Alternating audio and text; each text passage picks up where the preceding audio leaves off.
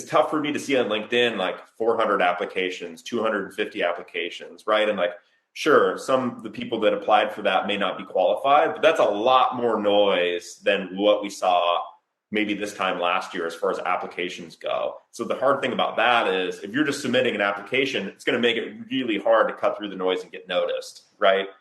Because other people could have more experience, whatever, they could check more of the boxes, but like you still could be a good fit for the role. You just got to figure out how to overcome that noise. And so I think some really good tips of what you can do is, one, connect with people that work there that are already doing the job.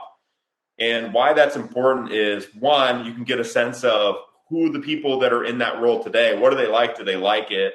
You can kind of pick their brain. But also, two, they're then realizing you're applying for that job. And if, you're impressing them and going the extra mile, they're talking internally about you.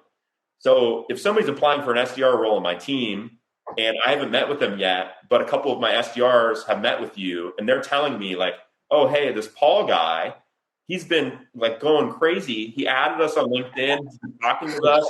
He bought us all coffee and was like picking our brain, had a bunch of good questions. I'm like, I got to meet this person, right? Yeah. This is somebody who's standing out in the interview process. And then I think another piece is, showing up really well prepared, knowing what the company does, right? Like knowing how they make money, knowing a little bit about your interview, or doing some research. Like when people come, they're like, oh, I listened to that 30 Minutes to President's Club podcast you were on, or, hey, I saw this really interesting, article, like want to ask you more questions about it. Like, I love that because it shows me how they're going to be in the role. They're going to go above and beyond, and they're already starting to do some of the things that I expect from the role before they even get started.